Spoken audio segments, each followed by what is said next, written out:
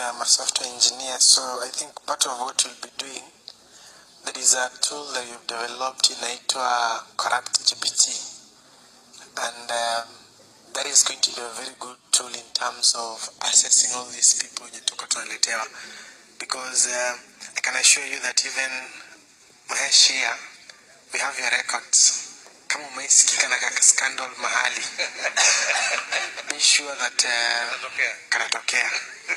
Anyway, I think I have 3 things to say quickly. Number one, as a way of going forward as people of this movement, because I want to assure you that this movement consumes anyone. As long as you do not have integrity, you're not accountable, be sure it will consume you. So, what I wanted to say is that, first of all, we need to get deeper into studying and reading to understand concepts. So we don't understand what the Constitution is saying. I think that is the whole foundation for this movement. And once we understand what the Constitution says, then we'll be beginning from a point of knowledge, not ignorance.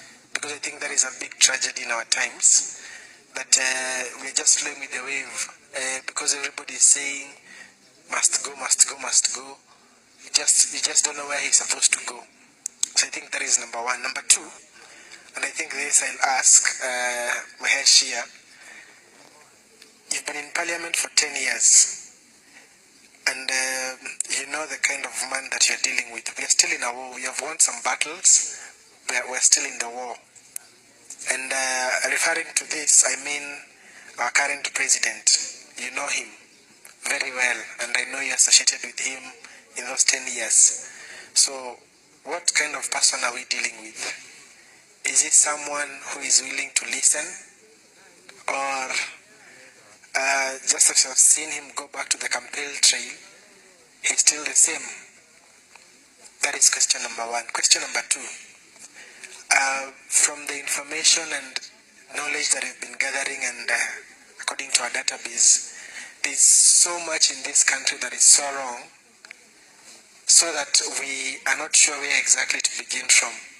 Talk about the minerals that we have in this country in terms of the national parks that we hear about every day.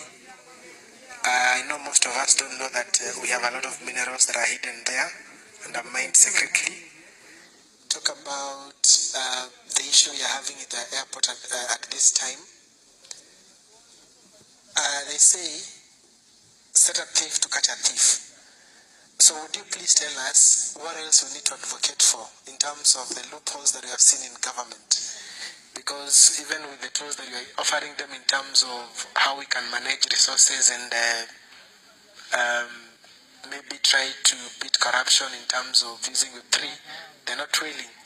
So what more is there that maybe has not come to our knowledge that we would need to tackle? And then lastly,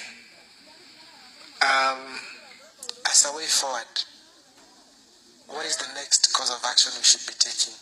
Should it be recalling the MPs? Should it be the CSS? Because I think we are still fighting, so we need to know what is the way forward. Thank you. Asante sana. I'm glad umesema wewe ni software engineer. Kwa sababu nafikiri shida yetu Kenya, ile software tunatumia kama nchi ndio iko na shida. Shida kabisa.